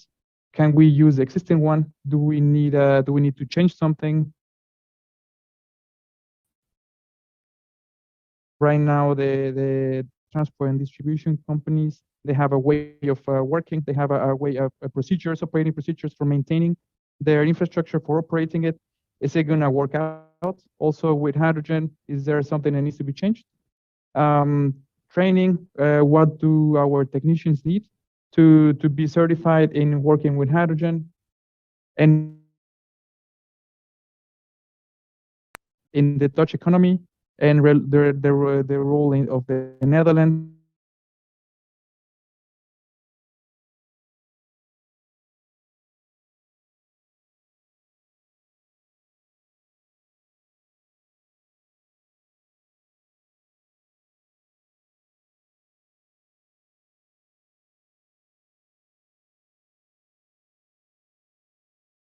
Right now, the transport and distribution companies, they have a way of working. They have a way of operating procedures for maintaining their infrastructure, for operating it. Is it going to work out? Also with hydrogen, is there something that needs to be changed? Training, what do our technicians need to be certified in working with hydrogen? And finally, when looking at value chain and hydrogen admixing, we're looking at the role of hydrogen in the Dutch economy and the role of the Netherlands. Are we going to import hydrogen? What are the most likely energy carriers to expect? Are we expecting liquid hydrogen? Are we expecting ammonia, LOHC? Looking at also at the certificates trading, there is a great deal of certificates trading for electricity and gas in Europe. How is this going to work out with hydrogen in the Netherlands? What if there is a mandatory fuel blending of hydrogen and natural gas? How will that work out? What are the barriers? What are the things that we can learn from past experience? So in a nutshell, this is what we are working in a nutshell. I'm going to show you a bit of our progress, a bit of what we are working on, what we have worked on in the first half of this year, so you can have an idea of what our results are. All of our results are public. They are going to be publicly available. I will show you at the end of the presentation where you can find them. So you will see how we are developing, what we are doing, and we are free to discuss, to share with you what we find out. Here, the quantitative risk assessment. We are looking at data, historical data for natural gas, how safe it is, what is the acceptable level of risk that we are operating with. We're looking at information from partner countries like the UK. We have a close collaboration with them, and we are using this information and translating it to a model of a risk to see what is the increased risk with transporting hydrogen instead of natural gas, and what are the most pertinent measures that we can take to overcome it, to minimize the risk. Looking at authorization of hydrogen, we are trying to find sulfur-free odorants so that we can use the same hydrogen that is distributed in the infrastructure to fuel cells, hydrogen fuel cell systems. We have found several candidates. One of the most promising is 2-hexene. 2-hexene, we have found it to be well recognized, even at low concentrations. It has a distinct odor that is unpleasant, so far it has been shown to be safe, to be stable. What we are looking at is it stable in the long term, for months, for years. So look, somehow this is working well. So yeah, I'm looking forward to showing you further results from this. Ensuring natural gas consumption in homes is not adequate for hydrogen because hydrogen has different properties than natural gas. We are looking at what technologies are there. There are ultrasonic technologies. There are thermal conductivity technologies to measure hydrogen. We are looking at what is there available that could already be bought off the shelf without having to develop something new. We are looking also at the effect of the gas composition, at impurities. If the mixture is not 99% hydrogen but 98% hydrogen because of something happening, how will this affect the measurement? Is it acceptable? And how will these fit in the current homes, in the current measuring cabinets of consumption? Looking at hydrogen in the gas grid, we're also looking at shut-off valves. For example, we have identified several valves that are in operation in the transport system at high pressures. We have identified different manufacturers, different working principles, and different build years. So we can actually test them with hydrogen to see if they react as well as they react with natural gas. That means if they close when they need to close, if they open when they need to open, if they somehow can operate in the exact same way as with hydrogen. We are hoping to do testing with a high pressure up to 67 bars to see if there are any challenges that we need to overcome. And as we speak, we are doing these tests. So yeah, I'll be glad to show you in a later stage how this progresses. We have also value chain analysis. As I mentioned, we are looking at hydrogen carriers. In this case, in particular, we are analyzing ammonia in this first half of 2021. We are looking at the Dutch strategy. Will we have green hydrogen? Will we have blue hydrogen? How will this affect the prices, the total cost of production of hydrogen? And in turn, how will this have an impact, and how big will that impact be when we look at ammonia and production of ammonia Is it would green ammonia or blue ammonia be competitive with the current gray ammonia? Are there challenges? Are there cost optimizations that are possible? This is a bit of what we are looking at. Also, the modeling per se. How is the modeling affected by several circumstances? One of which is the purity of hydrogen. There seems to be a large effect of the different purity levels because the production of ammonia requires a high purity of hydrogen. How does this impact the price? Is something that we are also discussing, and we are studying in the High Delta program. And last but not least, another example of our research, green methanol. Here we are modeling actually the complete well to usage value chain, where we are looking at what are the most likely exporters of hydrogen, where via green methanol, where we're going to get our methanol from, our hydrogen from. We're looking at here on the image on the left. We have 5 potential countries. There can be more. This is just an excerpt of our research, and we are doing a breakdown analysis to see what are the cost components here. We're looking at the hydrogen production, which has the highest contribution to the cost of the green methanol. But this is not the only one. There are different parts of the balance of plant, as well as different parts of the value chain of the supply chain that are impacting the price. How much can they impact the price? What cost lowerings, what cost reductions can we expect from now until 2030? And in the end, how would this make the business case for green methanol? Will it make it more competitive? Will it make it less competitive than other energy carriers for hydrogen? This is, in a nutshell, what we are discussing. This is it for this presentation from my side. As I mentioned, I'm the project coordinator. You can email me on my email address, j.garcia@newenergycoalition.org. All of our research is public. It will be released to the public shortly after approval. We can see here the socials, higdelta.nl, LinkedIn, Facebook, Twitter, and YouTube. We are very active there. We will, whenever there is a deliverable, we will show it there. We will announce it. If you have any questions, feel free to contact me, and I can either answer the question myself or direct you to the person who can answer it best. And that's it from my side. So thank you and have a nice day. Thank you very much for your presentation and your expert insights, Julio Garcia. We have hereby come to the end of the pre-recorded presentation session. And before we move on to the interactive discussion session, I wish to thank all the speakers one more time for their great insights during the past 1 hour to 1.5 hours. Also, I would like to remind everybody in the audience that next week, 1 hour earlier than this week, at 9 o'clock Dutch time and 3 o'clock in the afternoon Chinese time, we will have the 3rd episode of this 4-episode webinar series with the topic Hydrogen Fuel Cells, a Science and Technology Perspective.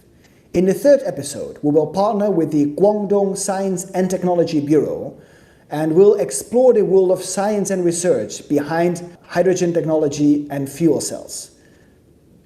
We will look at universities, knowledge institutes in both China and the Netherlands who will talk about their latest research findings on hydrogen fuel cells. We're very much looking forward to seeing you next week as well. Links on how to sign up and how to reach out to us can be found in the chat room of this Zoom webinar, in the description of the YouTube broadcast, and via the links that we will show you at the end of our session when the cameras are off. Thank you very much. And now, let us move on to the live interactive discussion session with all our speakers and panelists with our English-Chinese simultaneous translation. All right, thank you very much everybody who is still live with us, and please accept our sincerest apologies for the technical issues that we had, especially during the beginning of the webinar. Before I start, please allow me to share a QR code, especially for our Chinese audience. If you scan this, you can join our WeChat group, And in this group, we will share content of the webinars that we had today, last week, and in the upcoming weeks as well. So I will leave this slide open for a moment. And in the meantime, I will start several questions with our panelists. Actually, we already have received a lot of questions in the Q&A and in the chat session. And I've noticed there are already many answers as well. So I'm very glad to see that. All the answers that we have not seen answered yet, we'll make sure to address to our panelists for the next week. And otherwise, we will come back to you via email. Now, because time is limited, we only have about 15 minutes left. Please allow me to dive straight into the live discussion, starting with our partner, EKMU Gas, for Jörg Gigler. Jörg Gigler, thank you very much for being here with us. And a question that I have for you is that because the Dutch hydrogen sector is very active, and many Dutch companies are already active abroad, but not necessarily yet in China. And where do you see the role that the consulate in Guangzhou and the Dutch-China network in general can play to attract these Dutch hydrogen companies' attention, and how to make China an interesting place for them to do business? Thank you very much for this question. And I think that it is very important that we can use the expertise and the network of the consulate to help us to deep dive into, let's say, the needs on the one hand and on the services and products that we can both offer on the other hand. So I think it's really necessary that we take the next step to explore where are real opportunities for collaboration, because we have on the one hand large institutions and companies dealing with hydrogen, but we also have a lot of SMEs. And for these SMEs, it's generally, I think on both sides, very difficult to find the time and also the budget to be involved in these kind of activities. So I think that the Consulate General in China really has a pivoting role to realize this kind of cooperation. So I'm really looking at you, Fons, to see how can you help us to get both worlds together around concrete services, products, collaboration opportunities, for example, in the innovation and research arena, to make this happen. So that would be my answer to this. Okay, thank you very much, Jörg Gigler. I would love to dive deeper in this discussion with you, and maybe I will if there's some time left at the end. And otherwise, I hope we can reserve some more of your time for future sessions. Please, Hans Veenstra, let me address the next question to you, which is also slightly related, but more focused on the Dutch side. Because we received a lot of questions from our China network about this, because let's say about the policy point of view, what are the biggest challenges that the Netherlands is facing when it comes to switching to a hydrogen economy?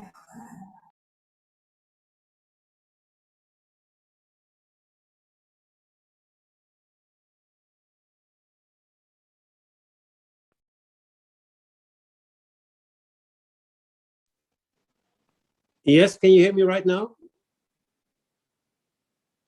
Okay, 大家好, thank you very much. Thank you for the question, Fons. The biggest challenge is actually that we have to work on all aspects of policy at the same time. So we both have to stimulate supply, bring down the cost. We have to stimulate demand. We have to actually already work on the conditions, the policy conditions for a market which has yet to be developed, while at the same time there is already an industrial hydrogen market. So the issue of timing is quite a challenge for us. And what makes it more challenging, which is maybe the second issue what I would like to mention, is that we have to do this through an international and harmonized approach, because if hydrogen really wants to become successful as an energy carrier for renewable energy, we need to create an international market. So we better spend some more time doing this right now than waiting 10 years and everybody will have their own very different policies and standards. So that's why I'm also very happy with this event today, and I'm really looking forward also to hear the views from the colleagues in China on how to develop this international market. Yeah, thank you very much, Hans Veenstra. I think you mentioned a very good point there, and this is actually brings me to the Hydrogen Valley project Heaven in the north of the Netherlands as well. I'm afraid that Patrick couldn't make it, but his colleague Gerben is joining us.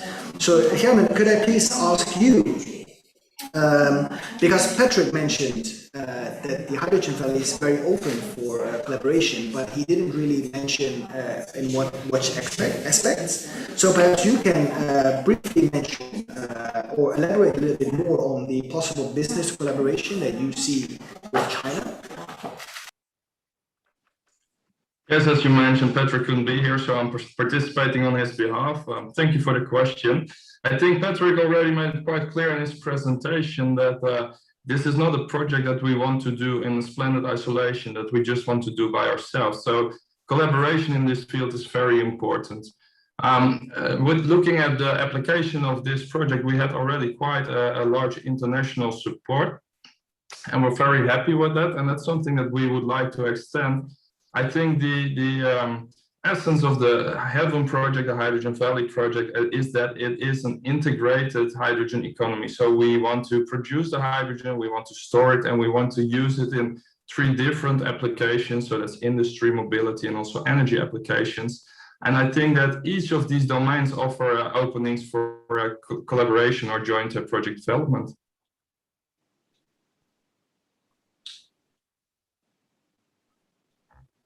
Okay, thank you very much, Mr. Anvinga. Let me jump to the another interesting project that we have with us, I think Klubben of the Port of Rotterdam, who also has an integrated hydrogen region, just like the northern of the Netherlands, the Heaven project. Perhaps. Oh my goodness, perhaps not with us anymore. Maybe he had to leave to another session. Let us try to get in touch with him and see if he can come back. In the meantime, maybe I can focus my next question to Julio Garcia, because I think the High Delta project is a great example of how well Dutch hydrogen industry works together, especially in terms of R&D. And with all your knowledge and background in tackling the barriers of large-scale implementation of a hydrogen economy in the Netherlands, where do you see the biggest R&D challenges that need a solution for the Netherlands when switching to a hydrogen economy? Hi, Fons. Good afternoon. That's a very good question. So thank you, and thank you to our audience for coming, for joining. What's the largest challenges in the Netherlands when it comes to R&D? That's really difficult. I think the way we see, or the way I see the position of the Netherlands when it comes to an international hydrogen economy is a hub where overseas hydrogen will be transported into continental Europe. I think this was mentioned before, that that it would be a bit challenging to bring the cost down to make hydrogen competitive with incumbent energy carriers that we use right now, natural gas, oil. So I think the greatest challenges are going to be on the transportation side. I think are going to be on what will be the most effective ways of, for example, converting ammonia back to hydrogen, because the Haber-Bosch process to synthesize ammonia that has been used for the past 100 years and is well understood. But the actual opposite process we have, as far as I know, in our economy, we don't have the need to do the other way around. So that conversion from ammonia to hydrogen, I think would be a challenge. The same goes for the other carriers. For example, LOHC, it's a bit less mature than, for example, ammonia transport. Also, liquid hydrogen transport and transport in the gas grid in general. transporting the gas grid has the potential to be the cheapest form of transport of hydrogen, at least inland towards continental Europe. I think there the challenges would be how to make it feasible to use the existing infrastructure. From the Highway 27 report, we learned that it is at least 4 times as expensive to create a new hydrogen backbone from scratch solely for hydrogen than it would be to repurpose the existing infrastructure. So I think the challenges will be for the Netherlands will be on the transport per se. There is of course some research and some pilot projects going in the coupling of direct connection of renewable energy sources with hydrogen production. Those are also a challenge. Those are not endemic to the Netherlands. Worldwide, that is the trend where we're going to, but really endemic to us. I would say definitely transport of hydrogen. Okay, thank you very much, Julio. So transport as the biggest challenge for R&D in the Netherlands. We do have a couple of more minutes left, and for this I would like to ask a question to all of you, and it's a little bit related to the question I just asked to you, Julio, because so R&D and transport. But maybe if I could ask you, Hans Veenstra, what would be the missing part within the Dutch hydrogen supply chain? And where do you see opportunities for Chinese companies in those missing parts of the supply chain? Where do you see opportunities for Chinese side to join in? Well, good question. I think, of course, hydrogen is a very broad topic considering all the different applications.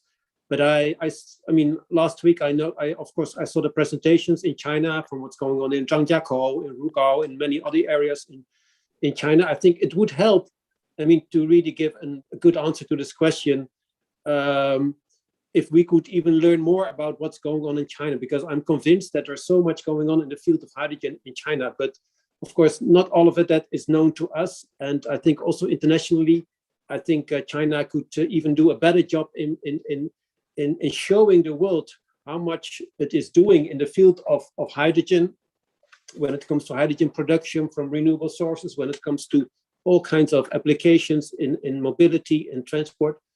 So I think the step one would be for us to better understand this, and of course, including also that China shares all this kind of information. And just like other countries in the Eastern Asia, mentioned Japan, Korea, they are very vocal about their hydrogen policies. And I think it would really contribute to the development of the market if we also would know more about what China is doing, because I'm convinced, there's so many interesting projects there, as we could see last week, at least in the field of mobility and transportation, because that's the area where you can see the first results, and also because that's not really new technology. It's more like bringing it to the market, bringing down the cost, and I think in Europe we would really welcome this type of technology exchange and more products from these sectors. Thank you very much, Hans Veenstra, for your insights of where the Chinese side can join in on the missing parts within the Dutch hydrogen supply chain. Perhaps you would like to add anything to that? Yes, I fully agree with what Hans said, and I think a nice example is that we see more and more battery electric vehicles on the road made in China. And the effect is that China is really pushing the market and is also convincing other car manufacturers that need to speed up. So I think that the role of China in this respect is very important. And I think that there are some issues that we have to take care of when establishing that sort of collaboration, which is, a quality and safety standards of the products that are being supplied. I think the supply chain itself, like we've seen a lot of issues around transport of goods between China and Europe for example, due to COVID, or suddenly that there's a canal being blocked somewhere in Egypt, which poses a lot of challenges. And I think that intellectual property right, that has to be dealt with in a good way. And I think then the market is really open to establish these kind of collaborations, because no country in the world can develop hydrogen on their own. We need to do this together, because it is a global challenge and a global development. So that's my 5 pence I would like to share. Thank you very much, Jörg Kigler. And perhaps the Heaven project, Gerben, would you like to shed some light on this from the perspective of active hydrogen, integrated hydrogen region within the Netherlands? Yeah, sure. Well, not to repeat the previous two speakers, but I fully agree with them. You have to know what's going on, and I think this is a good opportunity to give some insight on the developments in the Netherlands, and likewise, we also would like to know what's going on in China. I think that's very beneficial. I think the challenge is to bring the cost down over the entire value chain, whether it's production or storage, or also the different storage opportunities. Looking specifically at the Heaven project, it might also be valuable to connect with Chinese parties who are developing or manufacturing, for instance, components for electrolyzers or maybe fuel cells, but also who are specialized in integrating those fuel cells into mobile, but also non-mobile machinery. So that's something that might be interesting to connect on. Yeah, thank you very much again. Perhaps finally, Julio, would you like to add anything from the R&D point of view? Actually, I would. I think inspired by the comments from Han and Jörg. I think that I see a lot of opportunity of China in the hydrogen economy, because one of the most important things that we need is economies of scale. The greatest challenge in the production of green hydrogen is the fact that I think Jörg mentioned it in the chat a couple minutes ago.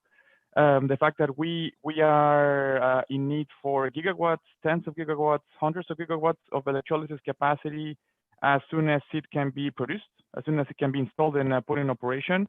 But the thing is that electrolysis in the past has been done up to such a niche scale, megawatts, tens of megawatts. We have a project where like milestone breaking projects of hundreds of megawatts, which are still orders of magnitude less of what we can do, of what the industry has been proven to do. So the main issue is that how can we put this in the market with the cheapest prices possible? I think their hydrogen can help for sure. I think and I meant also China. I think China, one of the reasons why solar PV is now the cheapest source of green electrons in the world is because of Chinese manufacturing, the reduction of those costs. I believe that could also happen with electrolysis components, with all of the other components within different parts of the hydrogen value chain. And I definitely can see an opportunity. I think if China sets its mind to enter fully fledged into the economy of hydrogen components, could be electrolysis, could be fuel cells, etc. I think we can have a great chance as a society as a whole in the world to reach the targets of decarbonization in the coming future.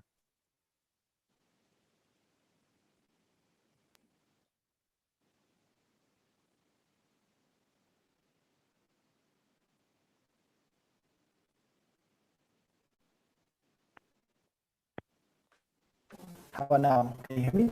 Okay, apologies. So what I said was, I was thanking Julio for the extensive answer. I could hear everything, so please don't worry. Also, I would like to thank all the panelists, and I would like to reassure you that at the consulate in Guangzhou, and the Netherlands Innovation Network will continue our efforts to share the latest updates about hydrogen in China with you. And for those in the audience that are interested in contacting our very interesting panelists today, please feel free to reach out to us, and we're very happy to set up a matchmaking session for you. So with that, I think we've come to the end of this session. I would like to thank all the panelists also for your time, even if it's almost 10 minutes past. Thank you very much for being here. I will share the QR code with the audience once more for those who want to join our WeChat group. And with that, I would like to conclude this webinar. Thank you very much, and hope to see you next week for the Science and Technology episode about fuel cell research.